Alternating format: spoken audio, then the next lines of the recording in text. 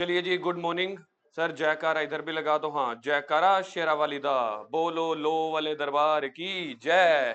ठीक है जी, हमने किया था Indian partnership act start unit 1, आज खत्म हो जाएगा। सबसे पहले पार्टनर्स की डेफिनेशन क्या होती थी? सबसे पहले पार्टनरशिप की डेफिनेशन, 2 और मोर पर्सन होने चाहिए, एग्रीमेंट होना चाहिए, बिजनेस होना चाहिए और प्रॉफिट मोटिव होना चाहिए। लेकिन इनके अलावा एक और भोकाल होना चाहिए। ये चार तो है ही हैं, इनके अलावा मेन भोकाल क्या है? Mutual agency, acting by one और मतलब एनीवन और ऑल ऑफ देम। ठीक है, on the behalf of the full form. एक पार्टनर दूसरे का एजेंट कहलाएगा। अगर हमारे पास एमसीक्यू आया कि पार्टनरशिप फर्म में, या केस स्टडी आई या क्वेश्चन आया, इन्हीं 5 एलिमेंट में से नंबर 1 प्रायोरिटी पे किसको रखना हो, तो याद रखना नंबर 1 पे एग्रीमेंट नहीं आएगा, बिजनेस नहीं आएगा, प्रॉफिट नहीं आएगा, म्यूचुअल एजेंसी आएगा, एक्टिंग बाय वन और ऑल ऑफ देम। ठीक, नंबर 1 पे ये प्रायोरिटी आएगी। अच्छा, अगर बड़े सारे पार्टनर्स इंडिविजुअली मिल जाए तो उसको क्या बोलेंगे? पार्टनर्स। कोलैक्टिवली मिल जाए तो फर्म। जिस नेम के अंडर बिजनेस चलेगा, जिस नेम के under, firm name. Element of partnership 5, association of 2 और मोर पर्सन। इसके अंदर पढ़ते चले जाते हैं, इसके अंदर क्या क्या था? क्या माइनर पार्टनर बन सकता है? जल्दी बोलो, माइनर पार्टनर बन सकता है? नहीं। क्या उसको बेनिफिट में हिस्सा दे सकते हैं? क्या उसको लॉस में हिस्सा दे सकते हैं? नहीं। एग्रीमेंट कैसा, क्या पार्टनरशिप में एग्रीमेंट बनना होना चाहिए? यस। एग्रीमेंट कैसा हो सकता है? एक तो कॉन्ट्रैक्ट होता है ये, ठीक है। एक्सप्रेस हो सकता है, इंप्लाइड, ओरल, रिटर्न। दोबारा से 4, एक्सप्रेस, इंप्लाइड, ओरल, रिटर्न। दोबारा से एक्सप्रेस, इंप्लाइड, ओरल। सर आपने तीसरी बार क्यों पूछा? क्योंकि नहीं, कुछ बोल नहीं रहा था। ठीक है, आगे बिजनेस। क्या बिजनेस होना चाहिए? होना चाहिए। और बिजनेस क्या के लिए होता है? प्रॉफिट मोटिव के लिए। तो 2 पॉइंट ये इकट्ठे ही थे। लेकिन अगर हमें किसी प्रॉपर्टी में हम 2 बंदे जॉइंट ओनर्स हैं, वहां से हमें रेंट मिल रहा है, या उस प्रॉपर्टी को बेच दिया, प्रॉफिट हुआ, 2 जनों ने शेयर कर लिया। पलक कहती मैं बताऊंगी ये पार्टनरशिप है कि नहीं। पलक कहती सर पहले आप मुझे क्वेश्चन बताओ। पलक क्वेश्चन ही तो बताया था, क्यों नहीं है? क्योंकि वो बिजनेस नहीं है। Mayor sharing of profit does not constitute it's partnership. ठीक है सर, आगे चलो। बिजनेस कैरिड ऑन बाय, सबसे सबसे बड़ा, सबसे भूकाल एलिमेंट पार्टनरशिप का म्यूचुअल एजेंसी होता है। एक्ट बाय ऑल और एनी ऑफ देम, यानी कि म्यूचुअल एजेंसी एक बंदा काम करेगा। क्या वो पूरी पार्टनर्स को बाउंड कर देगा अपने काम से? अगर उसने प्रॉपर्टी खरीदी, बैंक लोन लिया, क्रेडिटर से गुड्स खरीदी, किसी वर्कर को रखा, बाद में पेमेंट करनी है या रिस्पॉन्सिबिलिटी पूरी करनी है, क्या एक बंदा करेगा या सारे पार्टनर्स? जशन जी बोला जाए, गिरीश जी बोला जाए, थोड़ा थोड़ा बोला जाए, सारे बोला जाए।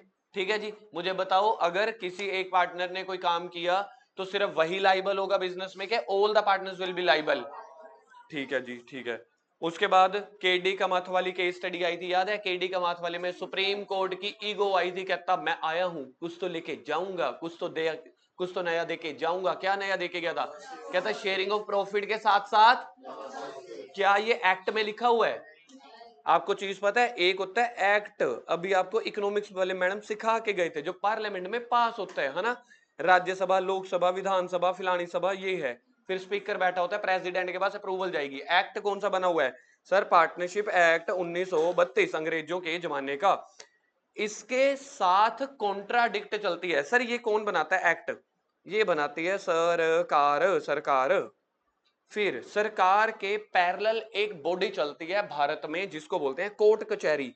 कोर्ट कचहरी सरकार के अंडर नहीं आती। सर ये तो सरकारी होती है। हाँ सरकारी होती है, लेकिन ये गवर्नमेंट के साथ साथ एग्जैक्ट काम नहीं करती, गवर्नमेंट के अपोजिट काम भी कर सकती है। तभी तो हम कहते हैं आज की डेट में भी, अगर पुलिस हमारा केस नहीं देखेगी, प्रशासन हमारा केस नहीं देखेगी, तो एक वकील ने कहा था जज साहब हमारा केस देखेंगे, कोर्ट कचहरी। तो कई चीजें अगर एक्ट में आपको पसंद नहीं आ रही, एक्ट के अकॉर्डिंग अच्छी नहीं लग रही, सॉल्यूशन नहीं मिल रहा, कॉन्ट्राडिक्टोरी है, तो फिर आप कोर्ट में जाते हो। जनरली हम बात कर लेते हैं बस टॉप 2 कोर्ट की, supreme court, high court.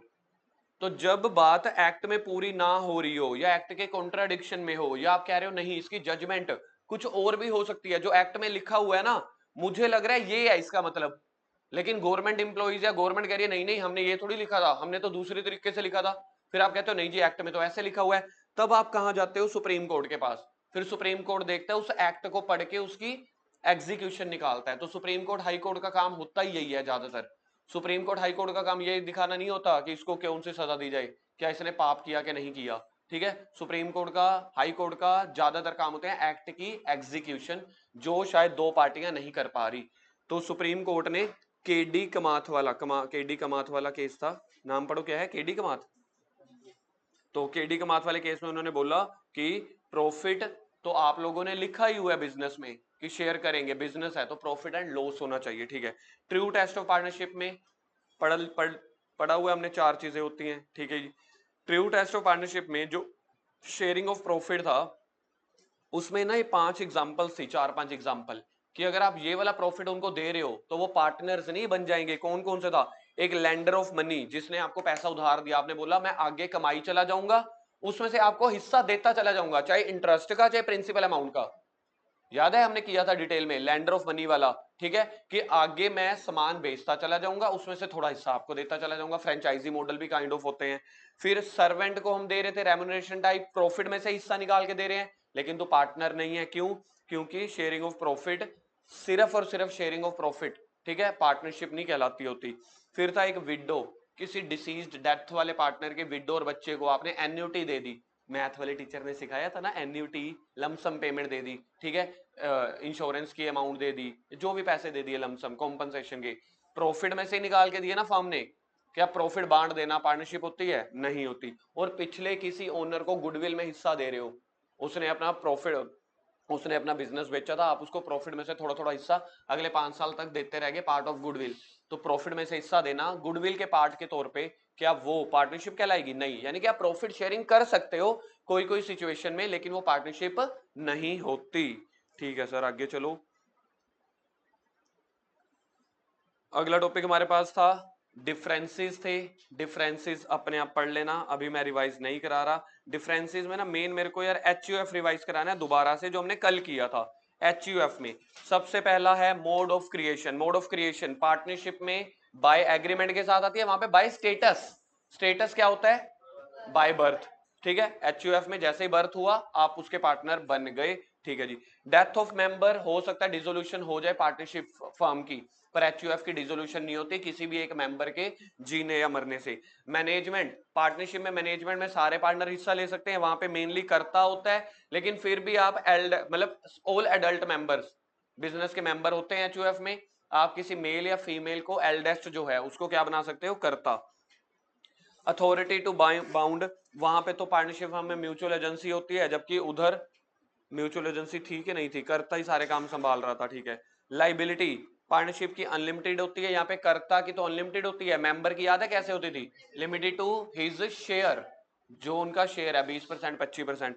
Accounts की क्लोजर, जब अकाउंट्स क्लोज करने हैं, अकाउंट्स मंगवाने हैं, तो पार्टनरशिप फर्म में कोई पार्टनर अगर डिसोल्यूशन करवाना चाहता है उस टाइम पे अकाउंट्स मंगवा सकता है, कर्ता वाले टाइम पे HUF में नहीं मंगवा सकता, याद है, डिवीजन तक, डिवाइड तक, ठीक है। उसको कहेंगे अपना हिस्सा लेके चला जा, अपनी इनकम लेके चला जा, अकाउंट्स नहीं देंगे।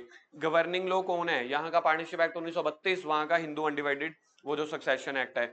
माइनर कैपेसिटी, क्या पार्टनर माइनर बन सकता है, क्या माइनर पार्टनर बन सकता है, क्या पार्टनर माइनर बन सकता है, हाँ नलायक, क्या माइनर पार्टनर बन सकता है, नहीं बन सकता। लेकिन वहां पे माइनर मेंबर बन सकता है HUF में, हाँ सर, एक दिन का बंदा भी। Continuity, number of member, share in the business. चलो जी आगे, उसके बाद हमने टाइप ऑफ पार्टनरशिप देखी थी कल, काइंड्स ऑफ पार्टनरशिप, बड़े सारे केस स्टडीज आएंगी इसके ऊपर, काइंड्स ऑफ पार्टनरशिप के ऊपर।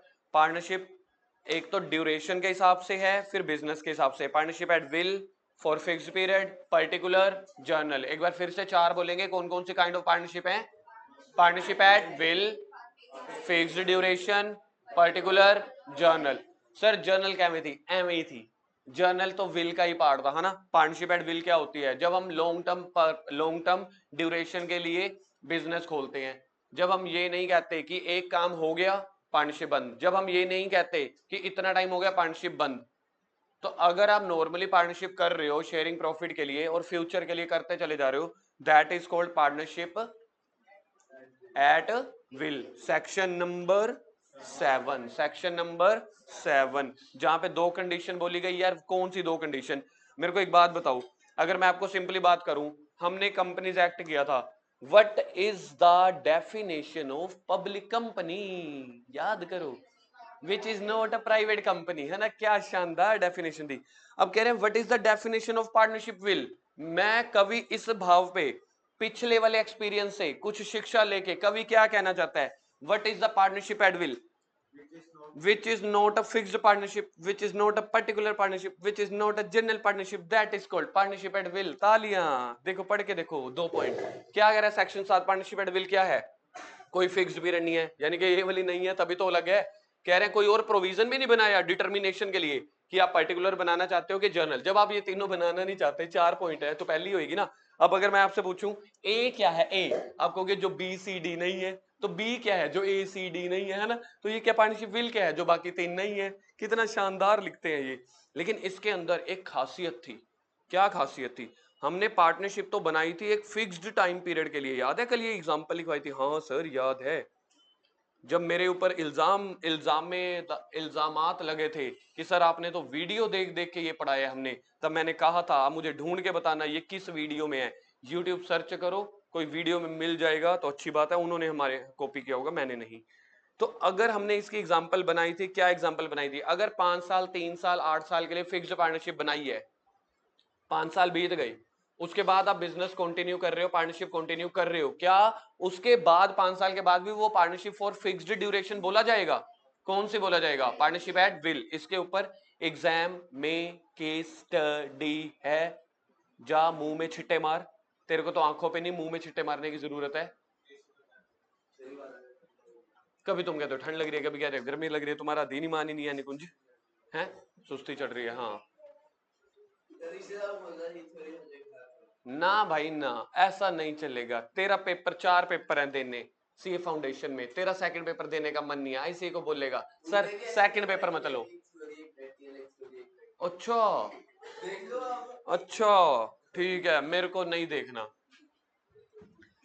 पार्टनरशिप एट फिक्स्ड पीरियड क्या होता था? पार्टनरशिप एट फिक्स्ड पीरियड 5 साल के लिए बना ली। पर्टिकुलर किसी एक सिंगल प्रोजेक्ट को कंप्लीट करना है, जो हमने कल एग्जांपल लिखी थी कि पर्टिकुलर अगर हम एक फ्लैट बनाने हैं, ठीक है, तो जब फ्लैट बन के तैयार हो जाएंगे, ठीक है, तो वो पार्टनरशिप खत्म कर देंगे। जर्नल पार्टनरशिप, अब मेरे को स्पेलिंग नहीं आते, M E M E M E M E लुट गया, कैसे लिखूं एम ई?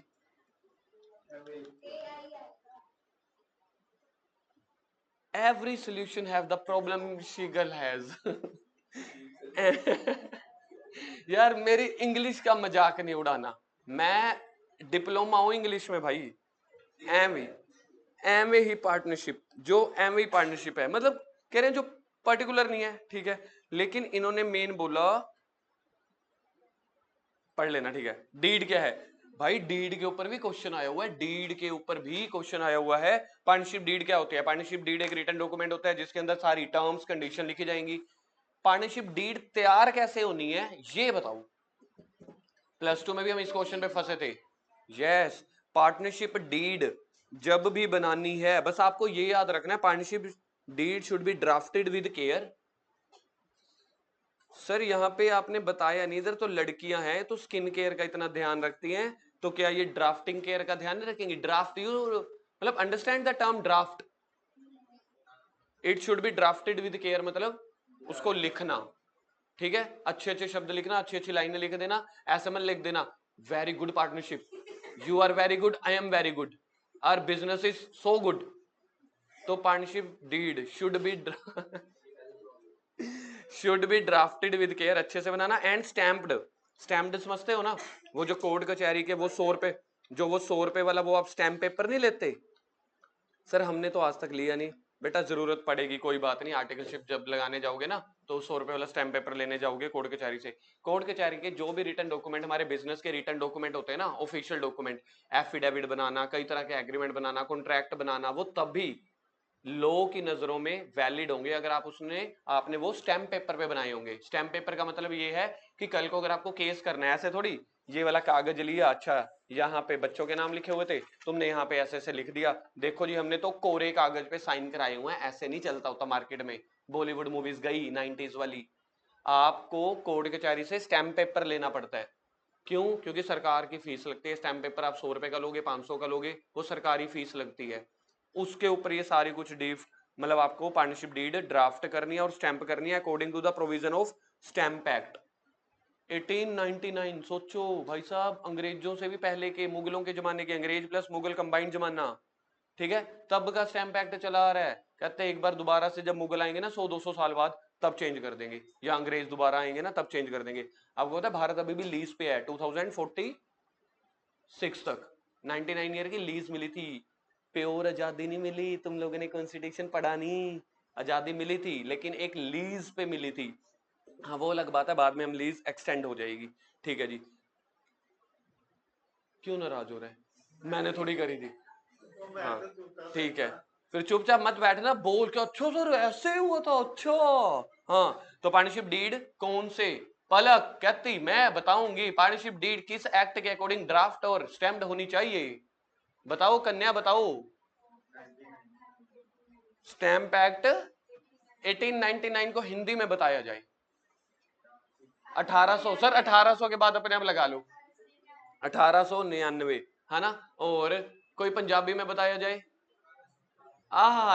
अब बनी ना बात, 1899 अब आती है फील। हाँ सर 1899 में बनी थी, ठीक है।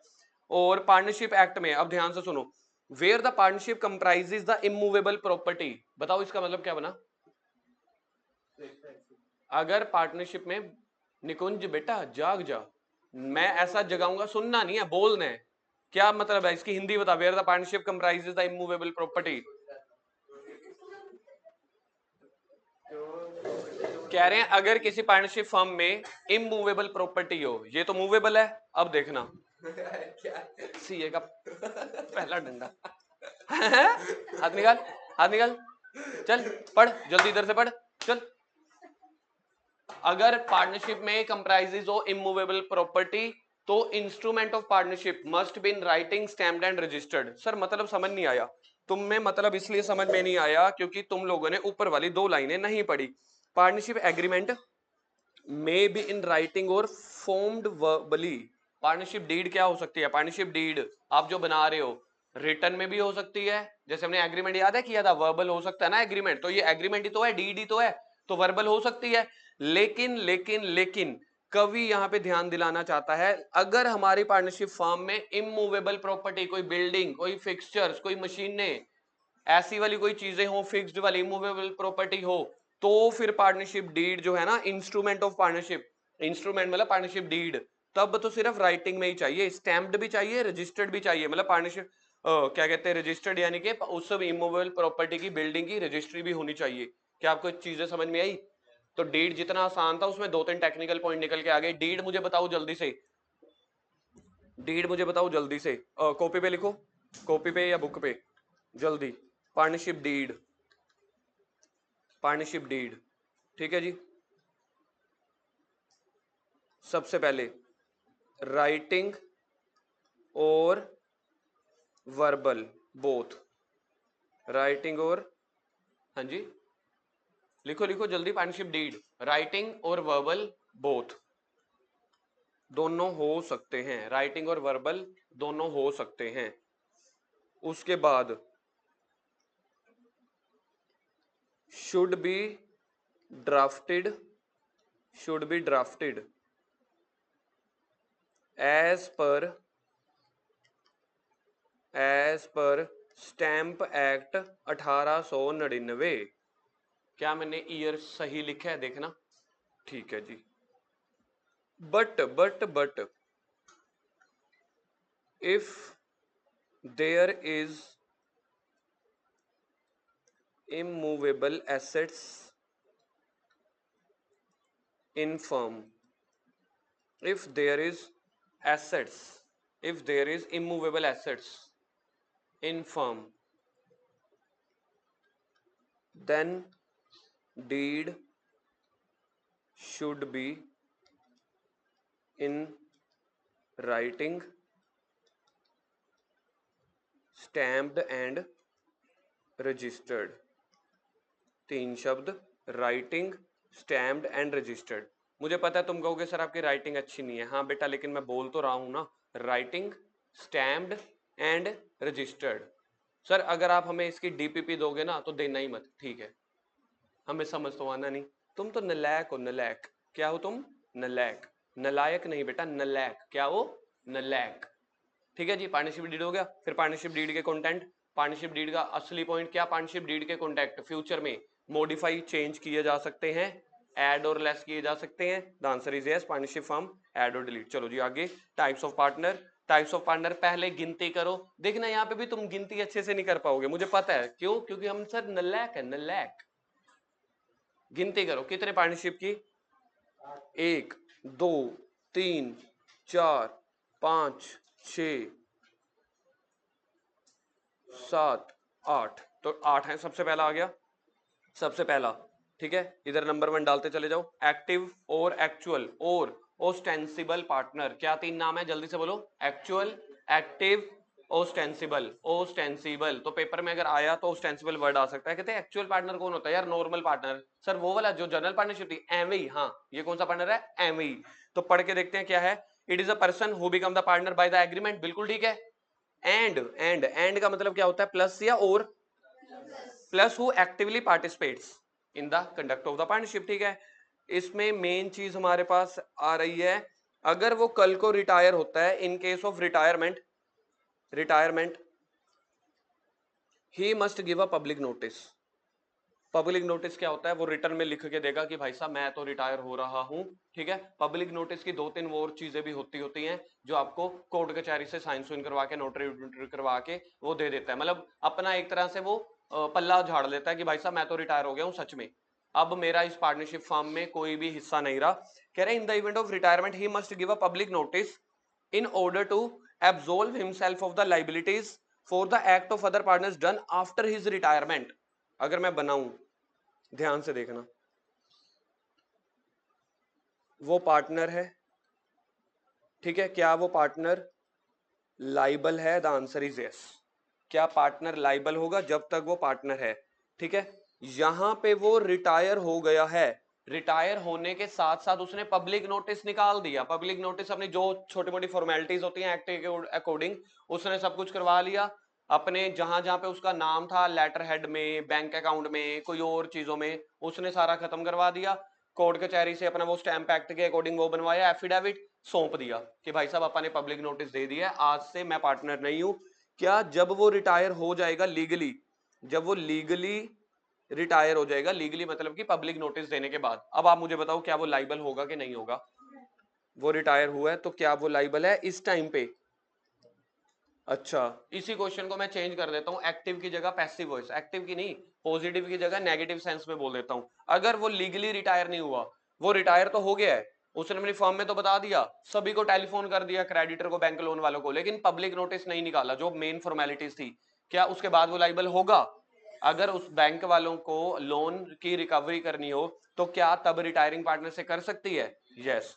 तो यानी कि वो लीगली रिटायर हो, लीगली यानी कि पब्लिक नोटिस देने के बाद, तो इसके ऊपर केस स्टडीज हैं पड़ी, इसलिए ज्यादा स्ट्रेस डाला।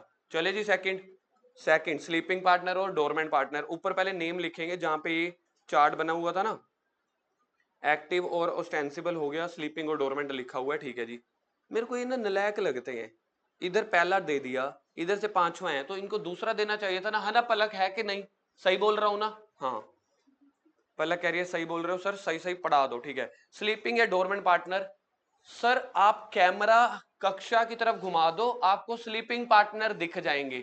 अभी जब कैमरा था तो वो एक्टिव पार्टनर, अभी अगर हम कैमरा घुमा दें, लेकिन फिर कैमरा ना वो थोड़ा सा ओ दूर, तो अगर मैं अभी कक्षा के बच्चों की शक्लें दिखा दूं, that is called sleeping partner. Sir paper में क्या लिख के आए, जो क्लास में बच्चे बैठे हैं उनकी तरफ कैमरा घुमा दो तो वो वाले बच्चों की शक्लें इज अ स्लीपिंग पार्टनर। ये हो गई देसी एग्जांपल। इसमें क्या कहते हैं, कह रहे पार्टनर बाय एग्रीमेंट तो है, पैसा तो दे दिया, क्लास में तो बैठे हैं एग्रीमेंट के हिसाब से, बच्चों पेरेंट्स को तो लग रहा है बच्चे गए हुए हैं पढ़ने टीचर के पास, एग्रीमेंट तो बना हुआ है, does not actively take part in the conduct of subject and study, those are called sleeping students। तो आई थिंक क्लियर हो गया होगा आपको, क्योंकि बात अब आपके ऊपर आ गई। जैस्मिन कह रही है मेरे को तो पूरा अच्छे से समझ आया है, समझने वालों में नंबर 1 मेरा था, ठीक है। नहीं Jasmine, you have the company, you have मतलब टू मच कंपटीशन।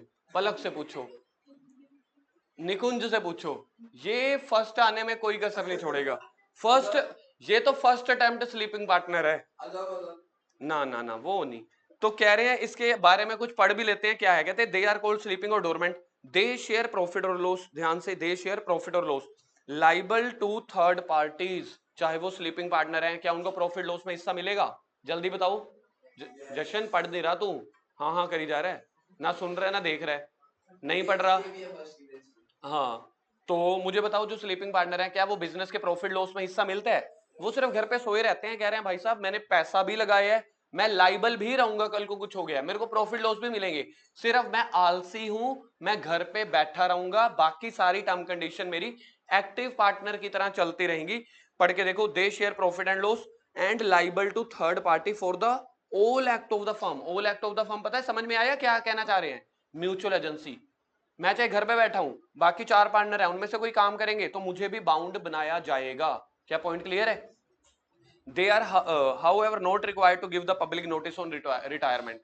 अब इनको पब्लिक नोटिस देने की जरूरत नहीं है। इसके बाद पॉइंट्स हो जाए, मैं आपको एक चार्ट बनाऊंगा किसको पब्लिक नोटिस देना है, कौन प्रॉफिट में हिस्सा मिलेगा, कौन लाइबल होगा कि नहीं, वहां से हम क्लियर करेंगे। ठीक है, याद रख लेना, अभी याद रख लेना, ऊपर वाले को एक्टिव पार्टनर को रिटायरमेंट से पहले पब्लिक नोटिस बताओ, और डोरमेंट वाले को क्या एक्टिव और रिटायरमेंट वालों दोनों को प्रॉफिट शेयरिंग, प्रॉफिट और लॉस दोनों में हिस्सा? क्या दोनों ही थर्ड पार्टी के लिए लाइबल हैं? क्या दोनों ही पब्लिक नोटिस देने के लिए लाइबल हैं? पब्लिक नोटिस कौन नहीं देगा? गवर्नमेंट। कौन देगा? अच्छा, अगला आ गया नॉमिनल पार्टनर। नॉमिनल पार्टनर क्या कह रहा है? भाई साहब मेरा बिजनेस में कोई ज्यादा इंटरेस्ट है नहीं, ठीक है, who lends his name to the firm. भाई साहब हर बात पैसा नहीं होती जैसे तुम सोचते हो, हु लेंड्स मनी, ठीक है, इन रिटर्न ऑफ इंटरेस्ट, ऐसा नहीं है। हु लेंड्स हिज नेम, कह रहा भाई साहब मेरा नाम यूज कर लो। जैसे आज से कुछ साल के बाद एमसीए में मैं रिटायर हो जाऊंगा, तो जो मेरे आगे, कब? फाउंडेशन से पहले हो जाता हूं, आज ही हो जाऊं, पक्की बात है, निकल यहां से। तो अभी रिटायर होने जोगा मैंने वो पैसा कमाया नहीं है, तो पहले, हाँ हाँ रिटायरमेंट पार्टी दूंगा, पर मेरे को बता दियो जिस दिन तू अवेलेबल नहीं होगा, ठीक है। तो अब अगर मैं कभी रिटायर हो जाऊं और अपना नेम यूज करवाने के लिए सामने वाले को दे दूं, चल यार आप मेरा नाम भी जोड़ देना कि ये वाला टीचर या ये वाला बंदा या ये वाला कुछ भी बिजनेस में है पड़ा, तो कभी कभी क्या होता है, बंदे के नाम की रेपुटेशन चल रही होती है, तो वो कहता है जब तक ये पार्टी हमारे बिजनेस में है फिर तो ठीक है यार कॉन्ट्रैक्ट कर लेते हैं, without having any real interest. लेकिन उसका कोई रियल इंटरेस्ट नहीं है। इसकी सबसे बड़ी एग्जांपल क्या थी, जो मैंने आपको उसमें भी बताई थी, टाटा ग्रुप की। टाटा ग्रुप में क्या था, मिस्टर रतन टाटा। जब बात ये आ रही थी कि मिस्टर रतन टाटा का नाम जुड़ा हुआ है, तो बड़ी बड़ी कंपनियां कॉन्ट्रैक्ट करने के लिए रेडी हो जाती हैं। तो इसको बोलते हैं नॉमिनल पार्टनर, जो अपना नाम दे देता है कि मेरा नाम आप यूज कर लो, लेकिन without having any real interest. लेकिन अभी सस्पेंस बाकी है इसमें। क्या सस्पेंस? अगर वो उसका कोई रियल इंटरेस्ट नहीं है, कागजों में वो सच में प्रॉफिट शेयरिंग है नहीं, not entitled to the profit, उसको कोई प्रॉफिट नहीं मिलेगा, neither he invest in the business, बिल्कुल ठीक है, बात समझ में आएगी। नोट ही हाउएवर, अब आया जी लो, लो, फिर भी वो लाइबल रहेगा, क्योंकि उसी के नाम के आगे, उसी के नाम पे भरोसा करके आपके क्रेडिटर्स ने, आपके बिजनेस बैंक वालों ने आपके साथ कॉन्ट्रैक्ट किया था, पैसा उधार दिया था, सामान उधार पे बेचा था, ठीक है, ऐसे कई सारे कॉन्ट्रैक्ट किए। कह रहे हैं कि मैं पैसा नहीं लगाऊंगा, ठीक है, मुझे प्रॉफिट मत देना, ठीक है, लॉस मत देना, ठीक है, वो कहता मेरे को लाइबल भी मत ठहराना। क्रेडिटर्स उठ के आ गए और एक्ट उठ के आ गया, नहीं ठीक, मतलब लाइबिलिटी तो ठहराएंगे। तो सोचो ये बंदा अपना नाम उधार क्यों दे रहा होगा? अंडर द टेबल तो कोई डीलिंग चल ही रही होगी। अगर अंडर द टेबल डीलिंग नहीं चल रही होगी, फिर भी कागजों के हिसाब से, एक्ट के हिसाब से वो लाइबल रहेगा। क्या आपको ये पॉइंट याद रह जाएगा? तो यहां पे हम ऐसा तीर बनाएंगे, एक ऐसा तीर जो इसका सीना दे चीर, ठीक है। तो वाह वाला तो liable to third party. Jasmine, मैंने इतना शानदार कवि ने मतलब वो सुनाया, आपने वाह वाह नहीं किया। शेर शेर, दो दो शेर सुनाए, पर मेरे को पता नहीं लगा मैंने दो शेर कब सुना गया, एक शेर सुनाया था, तूने कहा शेर शेर। अच्छा, तो ये पॉइंट समझ में आ गया। इरशाद, इरशाद, हाँ, मैं अगर कर देता तुम इरशाद इरशाद करते रह जाते और प्रसाद बंटना नहीं था। सबसे पहले एक्टिव पार्टनर, एक्टिव पार्टनर का दूसरा नाम बताओ, तुम नहीं बता पाओगे। यूटेंसिल नहीं भाई, क्या था यूटेंसिल, मतलब बर्तनों में डालना है क्या? हाँ मेरे को पढ़ने दो, कहीं मैं भी यूटेंसिल बोल दूं। क्या है? ओस्टेंसिबल। क्या है? सेंसिबल नहीं, ओस्टेंसिबल। क्या है? एक बार फिर से बोलो। क्या एक्टिव पार्टनर को प्रॉफिट में हिस्सा मिलेगा? क्या वो लाइबल रहेगा रिटायरमेंट के टाइम पे? Public notice? नो। ठीक है, दूसरे पार्टनर का नाम बताओ। दूसरे पार्टनर की कैटेगरी क्या थी? स्लीपिंग। स्लीपिंग पार्टनर घर पे सो रहा होगा, क्या वो पैसा इन्वेस्ट करेगा? हाँ सही बोले। क्या प्रॉफिट लॉस में हिस्सा मिलेगा? क्या वो लाइबल भी रहेगा? थर्ड पार्टी के लिए लाइबल रहेगा? यस। क्या पब्लिक नोटिस देना जरूरी है? नहीं। तीसरा पार्टनर नॉमिनल, नाम से ही है नॉमिनल। नाम का प्राणी, नाम का पार्टनर कह रहा ना मैं पैसा लगाऊंगा, ना मैं प्रॉफिट, ना मैं लॉस, मेरा नाम यूज कर लो। कहते अच्छा नाम यूज। एक तो पार्टनरशिप फर्म वाले उसका नाम यूज करके, ठीक है, एडवांटेज ले रहे हैं। बाद में एक्ट कह रहा भाई साहब अच्छा अपना नाम बेच रहा है, ठीक है, पैसे भी ले रहा, ठीक है, लाइबल है तू, तेरे को तो पापों की सजा मिलेगी। मतलब पाप कौन करेगा? वो प्राणी जो बिजनेस चला रहे हैं। सजा किसको मिलेगी? सभी को। चौथा, पार्टनर्स इन प्रॉफिट ओनली। ठीक है, तो जिसको ध्यान से देखते हैं क्या है। A partner who is entitled to share the profit only without being liable for losses. Losses में हिस्सा नहीं मिलेगा as a partner for profit only and also liable to third party. है पढ़ के देखना क्या है। ये तो थोड़ा सा अजीब लिखा हुआ है यार। सर थोड़ा नहीं बहुत अजीब है, पढ़ के देखो, अपने आप पढ़ो। निकुंज मुझे लगता है पढ़ने के लिए चश्मा डालना पड़ता है। मैंने कहा पढ़ लो, कहता अच्छा ठीक है, चश्मा उतार दिया। भाई ये कैसा पढ़ाई हुई? मुझे जब पढ़ना होता मैं तो चश्मा लगाता हूं, मैंने तो यही सीखा पिछले 15 साल से। गलत से क्या है? अच्छा चलो मैं पढ़ा के देखता हूँ। नहीं पढ़ाया जाएगा। चलो बताओ मेरे को, जल्दी बताओ किसको समझ में आया पॉइंट। पार्टनर्स इन प्रॉफिट वाले को क्या प्रॉफिट में हिस्सा मिलेगा? क्या लॉस में हिस्सा मिलेगा? फिर आगे क्या लिखा हुआ है? Also liable to the third party, but also liable to third party for all the act of the profits only. जो जो जिस काम में उसने प्रॉफिट में हिस्सा लिया है, इन केस अगर उस काम में कल को कोई लाइबिलिटी अराइज हो जाती है तो वहां के लिए वो लाइबल रहेगा। मतलब बिजनेस में जो प्रॉफिट लॉसेस हो रहे हैं, जो बिजनेस में नेट लॉस आता है ना, नेट लॉस के लिए वो लाइबल नहीं है। आप बात समझ रहे हो यार? लॉसेस एक अलग चीज होती है, लाइबल यानी कि लाइबिलिटी। कल को कोई चीज का घाटा हो गया, कोई बैंक का लोन चुकाना पड़ गया या कोई ऐसी चीजें, ध्यान से पढ़ लेना, प्रॉफिट में हिस्सा मिलेगा बिजनेस का जितना भी नेट प्रॉफिट है। ठीक है, बिजनेस के जो लॉसेस होंगे, नेट लॉस कह रहे हैं नहीं, तभी तो आप लोगों ने इसको एंटर किया। लेकिन अगर उस प्रॉफिट्स के बदले में कल को कोई लाइबिलिटीज अराइज होती हैं, लाइबिलिटीज, लॉसेस नहीं लाइबिलिटीज, तो उसमें उस लाइबिलिटी वाले में हिस्सा देना पड़ेगा। ठीक है जी, इतना सा पॉइंट है। पॉइंट नंबर 5, इनकमिंग पार्टनर कौन सा होता है? सर जिसको हमने क्लास +2 में चैप्टर सीखा था, एडमिशन ऑफ अ पार्टनर सीखा था। पलक बताओ, क्या एडमिशन ऑफ पार्टनर टॉपिक आया था? ठीक है, a person who is admitted as a partner into already existing firm. ये ठीक है, ऑलरेडी एग्जिस्टिंग फर्म। बोलो, क्या पुरानी फर्म चल रही होगी? चल रही होगी। With the consent of all को सर्कल करो, कम से कम हम तीसरा चौथा और सर्कल कर रहे हैं। ये आप लोगों के पास नहीं है ना, आप लोगों का फर्ज बनता है, जिसके पास बुक नहीं है तो आप लोगों को कॉपी पे लिखने चाहिए सभी पार्टनर्स के नेम एक एक करके। अभी आधा पेज छोड़ो और 5वें पार्टनर का नाम लिखो, इनकमिंग पार्टनर। तुम्हें तो याद नहीं रहेगा, तुम तो दोपहर तक मुकर जाओगे, सर आपने कराया ही नहीं था टाइप ऑफ पार्टनर। हाँ वीडियो रिकॉर्डिंग है पड़ी, हमारे पास सबूत है। फिर तुम कहोगे as per the stamp act नहीं है आपके पास। ठीक है, तो ऑल द पार्टनर की कंसेंट चाहिए। Such partner is not liable for any act of the firm done before the admission. यार ये लाइन भी लिखने की है, लेकिन कल को कुछ ना कुछ ये पॉइंट हो रखे होते हैं, ठीक है, तब इन्होंने एक्ट ने लिख दिया। उसके एडमिशन से पहले की कोई चीजें होंगी, उसके लिए थोड़ी लाइबल होगा, पता ही है। एग्जाम्पल उसी की दी हुई है, कह रहे 10 सितंबर को बंदा आया, 10 जुलाई से बिजनेस चल रहा था, तो 10 जुलाई 2017 से जब तक उसकी एडमिशन नहीं हुई तब तक थोड़ी लाइबल है। बकवास।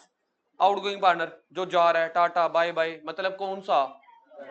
हाँ तो लिखो ना, फिर लिख क्यों नहीं रहे? इनकमिंग पार्टनर मतलब एडमिशन, यहाँ पे रिटायरमेंट ऑफ पार्टनर लिखो जी। Point number 6, retirement of partner. कह रहे हैं a partner who leaves a firm in which, ठीक है, देखो पॉइंट, अच्छा पॉइंट क्या आ रहा है, such a partner remains liable to third party for all the act of the firm until public notice. क्या इसमें पब्लिक नोटिस देना जरूरी है? ये तो हमने एक्टिव पार्टनर वाले में पढ़ ही लिया था, तो इसको सर्कल करो, public notice is given. Outgoing partner को पब्लिक, रिटायरमेंट वालों को पब्लिक नोटिस।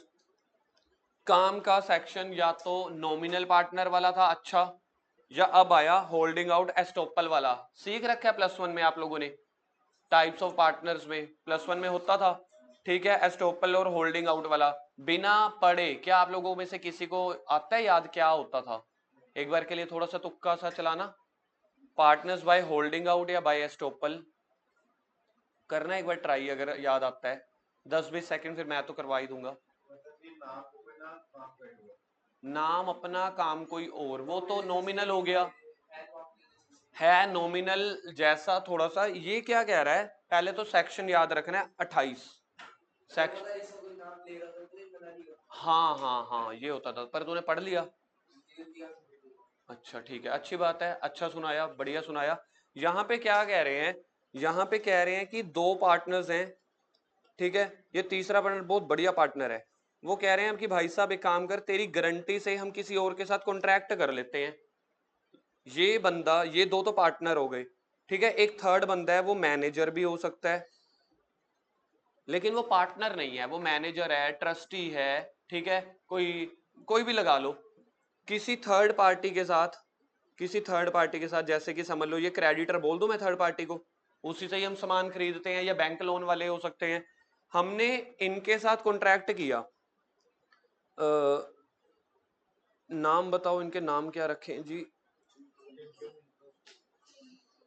ये हो गया चिंटू, ये हो गया हमजा, ठीक है, और ये मैनेजर जो हो गया, ये हो गया हमारा जमील मामू। ध्यान से भाई, थोड़ा इंटरेस्ट इंसानों में दिखा, ज्यादातर तेरे को बीवियां पड़ी होती हैं। करता हूं फोन अभी तेरे घर पे। हाँ हाँ, हमें पता है, गहरा हुआ, मेरे को पता है, तूने धुरंधर में गाना ही बस एक ही देखे। तो हमजा और चिंटू दो पार्टनर थे, जमील मामू उनका मैनेजर था, या कोई भी इंसान था। वो गए क्रेडिटर के साथ, सर क्रेडिटर कौन? रहमान डकैत। रहमान डकैत के पास से गए, कहते यार एक काम कर, बंदूकों की सप्लाई कर दे, याद है? पर ये रहमान डकैत नहीं था, ये कौन था? वो बोला शेजवान, है ना, शेवान जो भी था, शेजवान है, शेवान जो भी था शेवान, नहीं नहीं नहीं, बस शेवान था, जो भी उसका नाम था, वो गंजे वाले का। वो इसके पास गए, कहते एक काम कर, हमजा कह रहा है क्रेडिटर्स को, हे क्रेडिटर मेरे को बंदूकें या कोई सामान सप्लाई कर। वो कह रहा मैं नहीं करूंगा। वो किसी एक बंदे को ले गया, जमील मामू को, कहता हाँ हाँ कर दे भाई साहब, मैं भी हमजा को जानता हूं, बच्चे हैं ये मेरे, मैं इनका जवाई हूं, नहीं ससुर हूं, ससुर हूं। तो ये कहता भाई साहब मेरे जवाई हैं, मेरे बच्चे हैं, तो दे दे यार, मैं इनके साथ इकट्ठा ही काम करता हूं। क्या कागजों में हमजा और जमील मामू पार्टनर्स हैं, लेकिन एज अ रिश्तेदारी में रिप्रेजेंट कर दिया उसने, किसके आगे?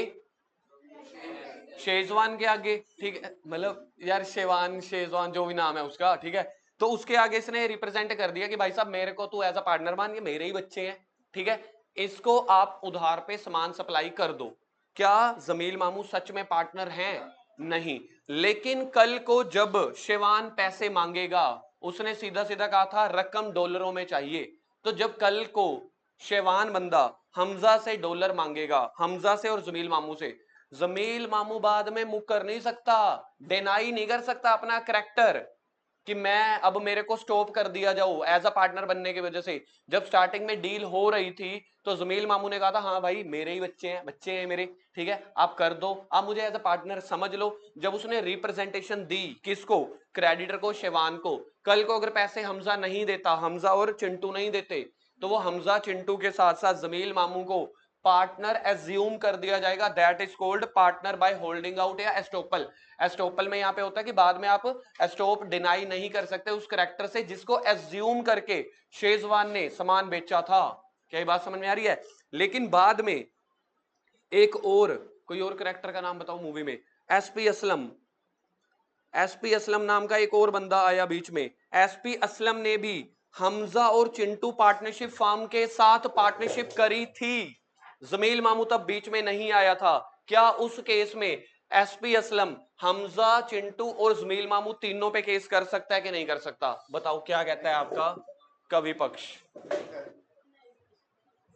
सबसे पहले बात हो रही है, क्या जमील मामू शेवान के लिए लाइबल है? पॉइंट नंबर 1, जमील मामू ऑल्सो लाइबल टू, क्या लिखूं, शेवान लिख देता हूं, शेजवान लिख दूं, शेवान, ये समझ में आ गई। बट जमील मामू, जमील मामू not liable to SP Aslam, क्योंकि एसपी असलम को जमील मामू ने रिप्रेजेंटेशन नहीं दी थी, तो पहले जमील मामू की यहां पे लिखते हैं रिप्रेजेंटेशन, रिप्रेजेंटेशन यहां पे दी थी, लेकिन जमील मामू ने यहां पे प्रेजेंटेशन, प्रेजेंटेशन नहीं दी थी। तो ये पॉइंट निकल के आ रहा है, जल्दी से बनाओ कॉपी पे जल्दी।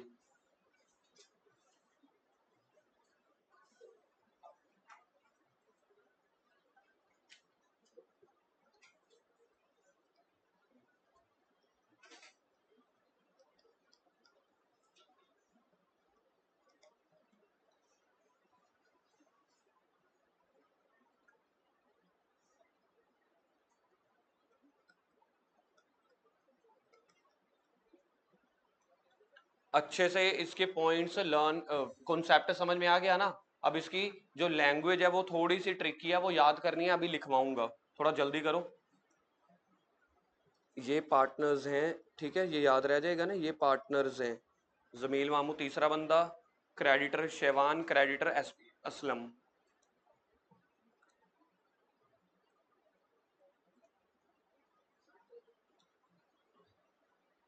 जमील मामू किसको लाइबल रहेगा? जिसको उसने एज अ पार्टनर की रिप्रेजेंटेशन दी थी। किसको दी थी? शैवान को। किसके लिए लाइबल नहीं रहेगा? असलम के लिए, क्योंकि यहां पे शैवान ये कहेगा ना कि मैंने तो तेरे को पार्टनर मान के, या जब आया था तब तो बोला क्यों नहीं कि मैं पार्टनर नहीं हूं, तेरा नाम ही यूज कर रहे थे, तो हम तेरे ऊपर केस करेंगे। ऐसा कौन कह रहा है? ऐसा कह रहा है शैवान जमील मामू को। क्या पार्टनरशिप फर्म में चिंटू और हमजा दोनों के ऊपर केस किया जाएगा या लाइबल होंगे? वो तो होंगे, क्यों? म्यूचुअल एजेंसी है, एक ने काम किया, हमजा ने, चिंटू भाई चाहे घर पे बैठा था, क्या चिंटू भाई भी लाइबल होगा? होगा। अगर मेरे को इसके ऊपर तर्क लिखना हो, रीजन लिखना हो एक, तो उसका क्या रीजन है? Mutual agency, act by all और एनी ऑफ देम। क्या अब आपको कॉन्सेप्ट समझ में आए? अब लाइन पढ़ के देखते हैं, लिख लिया आप लोगों ने? I will share the DPP, ठीक है। क्या बंद कर दूं? ठंड लग रही है? लग रही है सच में? ठीक है, कर दिया, तो उधर से ही बंद कर दे, नहीं तो मेरे को भी खुरक मचती रहती है। हाँ ये भी ठीक है। चलो जी, पहले पॉइंट पढ़ के देखते हैं, लास्ट पॉइंट है, partnership by holding out is also known as partnership by estoppel. क्या दूसरा नाम हुआ उसका? एस्टोपल। अब ध्यान से पढ़ना, रट्टा मारना पड़ेगा, क्या? रट्टा मारना पड़ेगा, ठीक है। वेयर अ मैन, पहले तो सेक्शन 28, सेक्शन 28 याद रखना पड़ेगा, 4-5 ही सेक्शन आए हैं, ठीक है। सेक्शन 4, 6, 7 और ये वाला, ठीक है। 28 कह रहे हैं where a man hold himself out as a partner, जो कह रहा है कि भाई साहब मैं पार्टनर हूं, where a man hold himself out as a partner. और सेकंड, अगर वो नहीं कह रहा कि मैं पार्टनर हूं, लेकिन allows other to do it, कह रहे हैं चल ठीक है यार हमजा तू जा, मेरा नाम कह दियो कि भाई पार्टनर है, कौन? जमील मामू। He is then stopped, he is then stopped from denying the character, बाद में फिर उसको डिनाई करने से रोका जाएगा। पढ़ के देखो लाइन, ही इज देन, पढ़ के देखो, he is then stopped from denying the character he has assumed, जो उसने करेक्टर एज्यूम किया पार्टनर बनने का, बाद में इस चीज को मुकर नहीं सकता ना भाई ना। And upon the faith of which creditor may presume to have acted, किसने किसके ऊपर विश्वास किया था? शैवान ने जमील मामू के ऊपर विश्वास करके हमजा को सामान बेच दिया था। ये लाइन समझ में आई? रट्टा मारनी पड़ेगी लाइन, पहले ही साइड पे लिखो, learn as it is, learn as it is, आज के आज अभी के अभी याद करवाऊंगा, केस स्टडी आएगी लिखवाऊंगा तुमसे, ऐसे थोड़ी छोड़ दूंगा। चलो जी आगे, ये बाकी सारी चीजें हो गई, अगली लाइन पढ़ के देखते हैं। ये जो टेबल है तुम टेबल से पढ़ लेना, मैंने वो आपको टेबल वाला सारा पढ़ा दिया, ठीक है। A person may by himself conduct believe that is a partner allowed, ठीक है जी। एक्स और वाई वाला एग्जांपल, ये यहाँ पे एक्स वाई ए जेड है, अपन ने जमील मामू वाली ले ली, तो इसके साइड पे लिख लेना सेम एग्जांपल जमील मामू, ठीक है, इसके साइड पे लिख देना। तो अगर आपको केस स्टडी पढ़नी है फॉर्मल तो ये पढ़ लेना, उसका चार्ट पढ़ना है तो वो अपने जमील मामू वाला कर लिया, क्योंकि इसमें ना A B C X Y Z समझ में नहीं आता। आगे, it is only the person, ये वाला पॉइंट भी मैंने आपको करा दिया, it is only the person to whom the representation has been made and who has acted thereon right to enforce liability.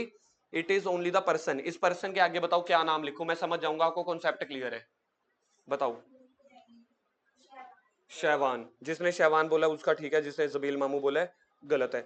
तो ये शहवान जिसको हमने रिप्रेजेंटेशन दी और जिसने उस बात पे विश्वास करके किया, सिर्फ वही एनफोर्स करा सकता है जमील मामू को कि तू एज अ पार्टनर है, मेरे को मेरे पैसे रिकवर करवा।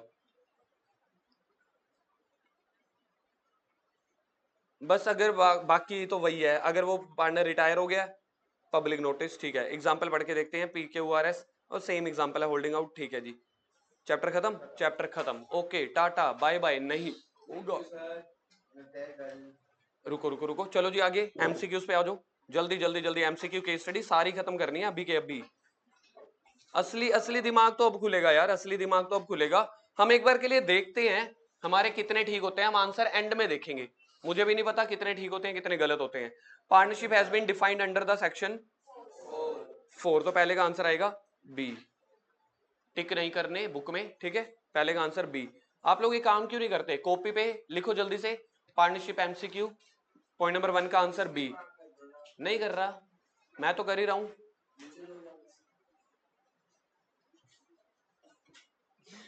जल्दी कॉपी पे पहले का, कॉपी पे, हाँ हाँ कॉपीज निकाल लो, निकाल लो भाई, कॉपी निकाल लो। लिखो ऊपर partnership act unit 1 MCQ. Sir क्या लिखना है? Partnership act unit 1 MCQ, page number 4.19, ठीक है, पहले का आंसर बी। चलो जी आगे आ जाओ। दूसरा, the partnership for which no period और ड्यूरेशन इज फिक्स, कोई ड्यूरेशन और पीरियड फिक्स नहीं है, अनलिमिटेड नहीं, ओनरशिप एट विल, मेरे हिसाब से एट विल। दूसरे का आंसर डी, देखना लगता है आपको दूसरे का D.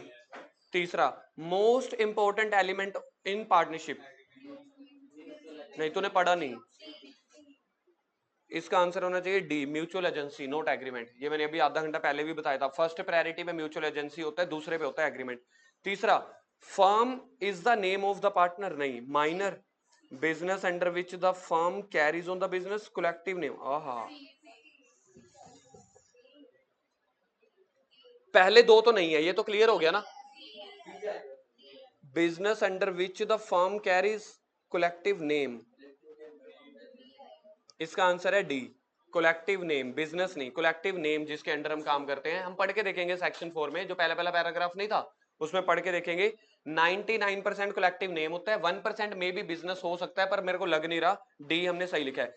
A partnership formed for the purpose of carrying और अ पर्टिकुलर वेंचर, तो इसका आंसर स्पेशल पार्टनरशिप, नहीं, डी, पर्टिकुलर, है ना। वैसे तो स्पेशल भी ऐसे ही लग रहा होता है, लेकिन ऐसी कोई पार्टनरशिप फॉर्म थी नहीं, पर्टिकुलर नाम था। In the absence of agreement to contrary all the partners are, सही बात बताया जाए तो ये वाला पॉइंट पता नहीं हमने पढ़ा है कि नहीं पढ़ा। हमने हेडिंग वुडिंग पढ़ के शेयरिंग ऑफ प्रॉफिट में आया था कि अगर पार्टनरशिप डीड या कुछ नहीं लिखा हुआ तो फिर पीएसआर के अकॉर्डिंग, अगर मतलब पीएसआर नहीं बनी हुई, इक्वल डी। लिखो जी 6 का answer D. 7, a partnership at will is, will वाली कौन सी होती है? Does not have any deed, नहीं, डीड होती है। Does not have any partner, वाह क्या ऑप्शन लिखा है इन्होंने, वाह। Does not provide, which can not, हाँ इसका आंसर सी बन रहा है, ठीक है। What among the following is not the essential element of partnership, 5 में से ढूंढना शुरू करो। एग्रीमेंट तो होना चाहिए, शेयर द प्रॉफिट होना चाहिए, इस 6 मंथ अलावा हमने कभी कोई पढ़ा नहीं पढ़ा, तो इसका आंसर सी। सर समझ में आ रहा है, दिमाग तो अब खुल रहा है। Partnership is the relationship which arises from, कह रहे हैं एलमाइटी, हे भगवान हे भगवान। भाई एलमाइटी पे क्या बनेंगे? एचयूएफ बनते हैं एलमाइटी पे, पार्टनर्स नहीं बनते। हाँ क्या आना चाहिए इसका? B, which is not a character. यार मेरे को ना नोट वाली चीजें समझ में नहीं आती, मतलब मेरे को दिमाग लगाना पड़ता है। क्या अनलिमिटेड लाइबिलिटी होती है? होती है। म्यूचुअल एजेंसी होती है, शेयरिंग प्रॉफिट होता है, परपेचुअल, तो इसका ए। फिर परपेचुअल सक्सेशन किसका होता है? कंपनी का होता है। Select the odd one out, CA में पता चला था ये ओड वन किसको बोलते हैं, सी इंटर तक ऐसे ही निपटा लिया था। तो odd one out of the available options for the entitlement of partners in profit only. He is entitled to share the profit. ठीक है. Liable for the losses. Losses तो नहीं होता. He is not liable for the हैं.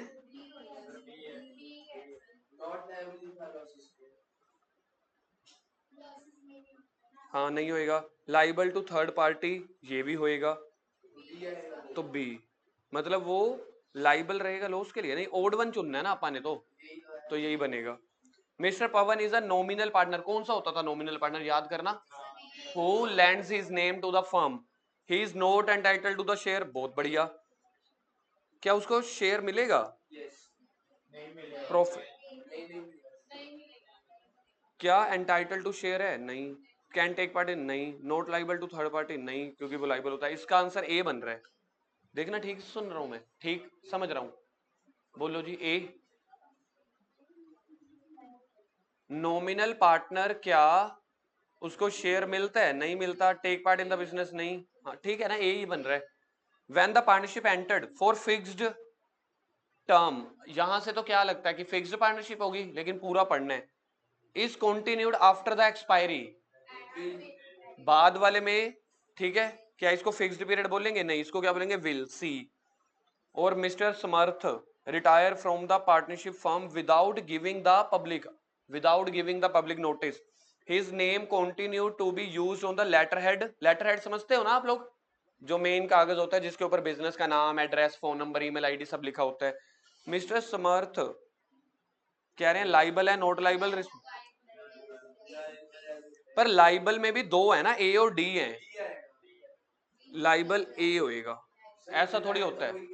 Retire हो गया तो जब तक पब्लिक नोटिस नहीं दिया तो वो एज अ पार्टनर ही तो लाइबल है. एज अ रिटायर्ड हमने कभी कोई पॉइंट ही नहीं सुना. नाम तो यूज हो ही रहा है ना. जब रिटायर मतलब ऐसा कुछ होता ही नहीं है. Dormant partner of the firm.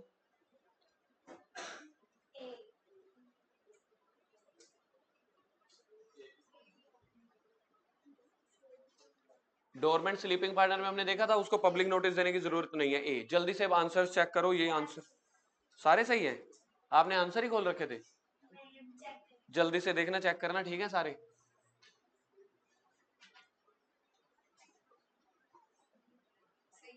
सही है. चलो जी. Case study one. Mister X U and mister Y U are partner. आओ जी आओ. केस नंबर 1 स्टडी पे. केस स्टडी नंबर 1 पे मिस्टर एक्सयू एंड वाईयू. मतलब हम इसको यार थोड़ा शॉर्ट नाम बोलते थे. Mister Xu and Yu are partners in a firm. Mister Xu introduce mister Mu an employ as his partner to Xu. पहला पहला सू था. सू और यू पार्टनर है. वो एम यू को लेके आए जेड यू के सामने कि भाई एम यू भी हमारा है तो एम्प्लॉय, लेकिन उसको क्या रिप्रेजेंट कर रहे हैं हम? As a partner. म्यू जो था वो साइलेंट था क्योंकि वो कहता मैं म्यू हूं तो मैं म्यूट रहूंगा. तो म्यू म्यूट था उस टाइम पे. कब म्यूट था मुझे बता सकते हो? हमारे हमजा अली एग्जाम्पल वाली में म्यू कौन हुआ? मुंह मतलब मामू. समझो समझो. हाँ समझ गए. मामू हुआ ना. सही बोल रहा हूं मैं. जू जो था यानी कि शेजवान. देखो इसमें भी जेड आ गया. Szechwan a trader believe that Mu mute मामू as a partner and supplied 50 laptop to the firm on the credit. After the expiry of the credit period Xu जो था Szechwan did not get the amount of laptop. बिल्कुल ठीक है. जू ने file कर दिया केस सू के लिए और मुंह के लिए. मुंह कौन सा था? जो वो एस्टोपल पार्टनर था, होल्डिंग आउट वाला पार्टनर था. अब क्वेश्चन क्या पूछ रहा है? क्या म्यू इज लाइबल? म्यू वही जमील मामू लाइबल रहेगा. पढ़ लिया था हमने. सेक्शन नंबर बोलो. ठीक है आगे. Miss Lucy while drafting the partnership deed taken care of few important points. उसने कई इंपॉर्टेंट पॉइंट को ध्यान में रखा डीड बनाते हुए. What are the those points? She want to know the list of information which must be part of partnership deed drafted by her. यानी कि कंटेंट पूछना चाहते हैं. Name of partner, capital, drawing, salary, dispute के case में settlement, retirement, ये सब चीजें. Also list the information to be included.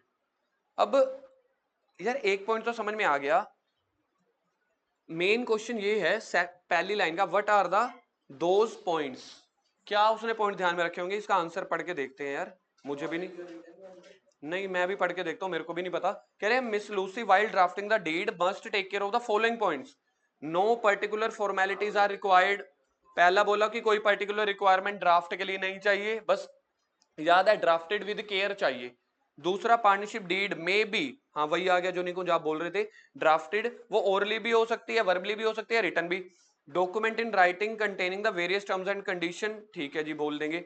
Deed should be drafted with care and stamped, stamp act 1899।